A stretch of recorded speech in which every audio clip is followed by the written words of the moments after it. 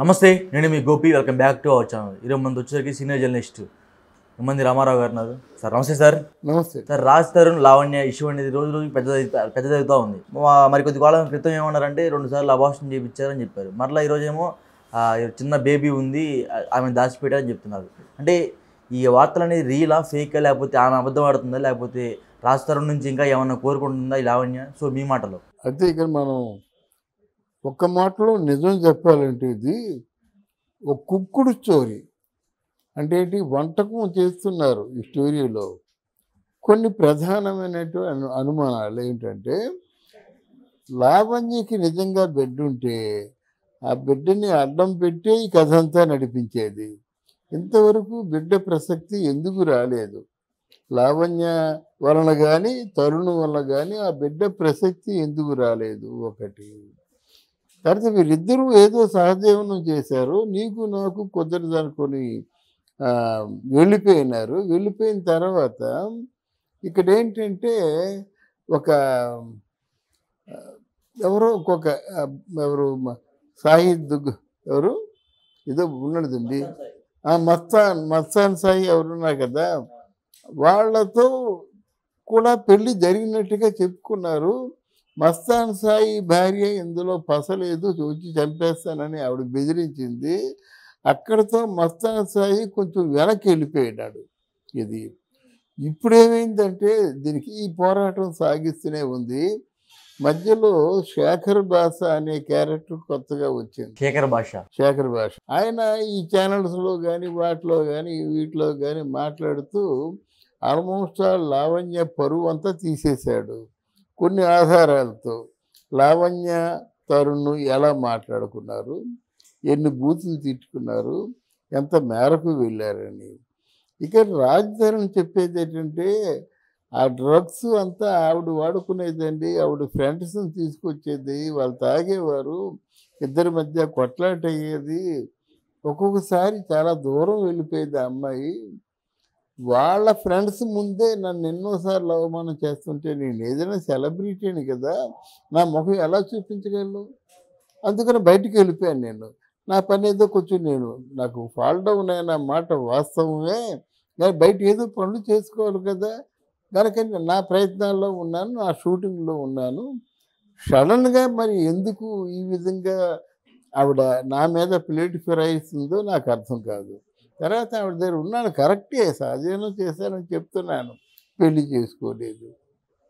కానీ ఇప్పుడేమో అడ్డం పెడుతుంది.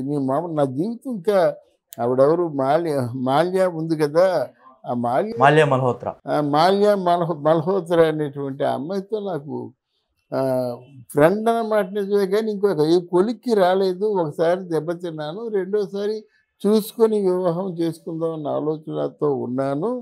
అది మాల్యా మల్హోత్రా కాకుండా చూస్తాను, నా మనసుకు నచ్చిన. ప్రస్తుతానికి ఏంటంటే షాకులో ఉన్నానని ఆయన నిష్పక్షపాతంగా చెప్తున్నాడు. ఈ శేఖర్ భాష అనేవాడు ఆధారాలతో ఛానల్స్లో మాట్లాడుతున్నాడు. అప్పుడు ఈవిడేముంటుంది, ఇవన్నీ విన్నాను నేను.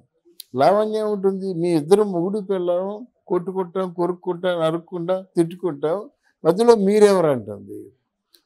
మన ఆలోచన ఏంటంటే, కొట్టుకొని తిట్టుకొని నరుక్కునేటువంటి పరిస్థితి వస్తే ఒక సెలబ్రిటీ ఉండగలడా? ఉంటాడా? మీరు ప్రేమించుకున్న వాళ్ళు ప్రేమించుకొని మీరన్నట్టుగా పెళ్ళి కూడా చేసుకుందాం అనుకోండి, నీ ప్రేమను చూపించారు, కానీ ఆయన పూర్తిగా బదనాం చేసేసి, అన్పాపులర్ చేసేసి, ఆయన పరువు పీకి పందిరేసి నువ్వు సాధించింది ఏమిటి? ఒకవేళ ఆయన మీద నీకు ఏదైనా ఆలోచన ఉందనుకోండి, నీ జీవితం కూడా గడవాలి కదా. నువ్వేదో ఒక తప్పు జరిగినందుకు ఇంత అమౌంట్ ఇచ్చేస్తే నా జీవితం నేను చూసుకుంటానంటే ఆయన ఏదో విధంగా సెటిల్ చేస్తాడు. అలా కాకుండా నా రాజ్ తరుణ్ నాకు కావాలంటే కావాలనుకున్న దాన్ని గొడవలు పెట్టవు కదా. కావాలనుకున్న దానివేమో ఇలాగా డ్రగ్స్తో తర్వాత ఫ్రెండ్స్తో కానీ ఇంకొక మగాడితో కానీ కాపురం చేయవు కదా. నాతో ఎలా కాపురం చేసావో ఇంకొక మగాడితో కాపురం చేసావు. కాదంటే ఆ మగాడి పెళ్ళైన మగాడితో కాపురం చేసావు. నేను పెళ్ళి కానందువల్ల నన్ను బ్లాక్మెయిల్ చేస్తున్నావు. ఇది వాళ్ళ ఆర్గ్యుమెంట్ అన్నమాట. ఈ ఆర్గ్యుమెంట్లో ఈ మధ్యలో కరాటే కళ్యాణ్ వచ్చింది. ఆవిడ ఏమిటంటే ఆవిడ చాలా మంచిది. విజయనగరం అమ్మాయి అన్నమాట. మొత్తానికి ఏదో విధంగా న్యాయం చేసేద్దాం. తర్వాత ఏంటంటే తన గొంతు వినిపిద్దాం అన్నటువంటి ఆసక్తి ఉంది మాట.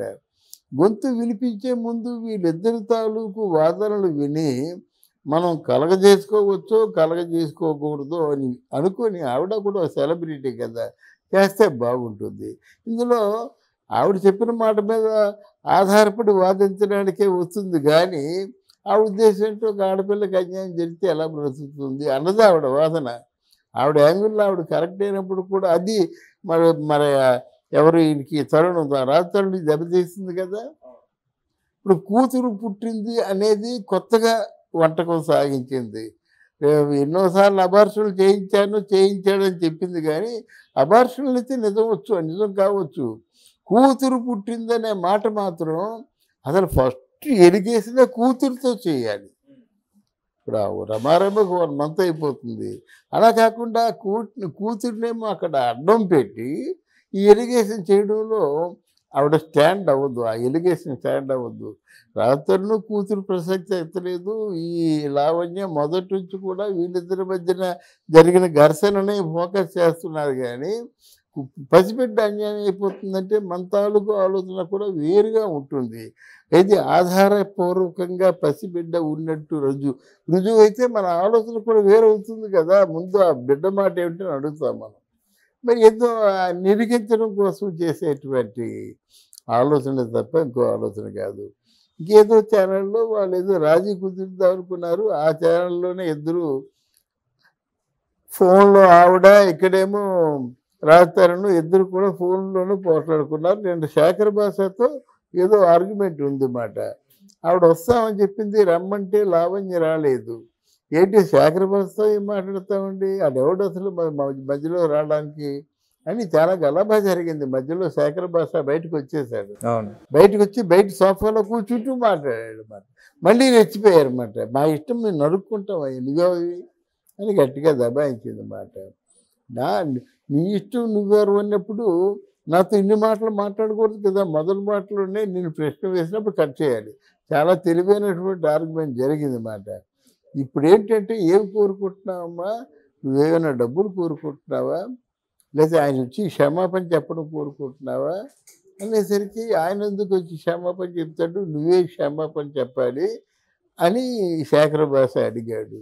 అంటే క్షమాపణ చెప్తాను నేను, నా దగ్గర రావాలి. ఐ వాంట్ రాజు లేకపోతే నేను బ్రతకను. ఇంత సీరియస్గా డిస్కషన్ జరుగుతున్నప్పుడు ఈ మధ్యలో కూతురు వచ్చింది. వీళ్ళ మాటలు ఎలా నమ్మాలండి? వాడు ఏదో స్టోరీ అల్లుతున్నాడు, ఈ అమ్మాయి కూడా ఏదో స్టోరీ అల్లుతుంది అన్నమాట. అందువల్ల ఏదో ఒక విధంగా వాళ్ళు ఈ సమస్యని ఇక్కడ తేల్చుకోవాల్సింది కాదు. వీళ్ళు పోలీస్ స్టేషన్కి వెళ్తే వాళ్ళు కోర్టుకి అప్పీల్ చేస్తే కోర్టులో తేల్చుకోవాల్సిందే కానీ ఇక్కడ తేల్చుకోవాల్సింది కాదు. ఇంత ఏం జరుగుతుందంటే ఏదో నా 2-3 సినిమాలకి వచ్చినట్టు ఉన్నాయి. అక్కడ మస్తాన్ సాయి కూడా ఈవిడ దగ్గర కేవలం డబ్బు కోసమే ఉన్నాడు. ఎప్పుడైతే మస్తాన్ సాయితో లావణ్యకి పెళ్ళయిందని తెలిసిందో అప్పుడు విడిపోయినాడు. భార్య చేత కూడా పెద్ద కౌంటర్ ఇప్పించాడు అన్నమాట.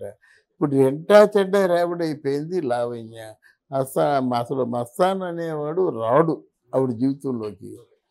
ఇక్కడ రాజతరుణ్ కూడా రాడు, ఎందుకంటే రోసిపోయినాడు.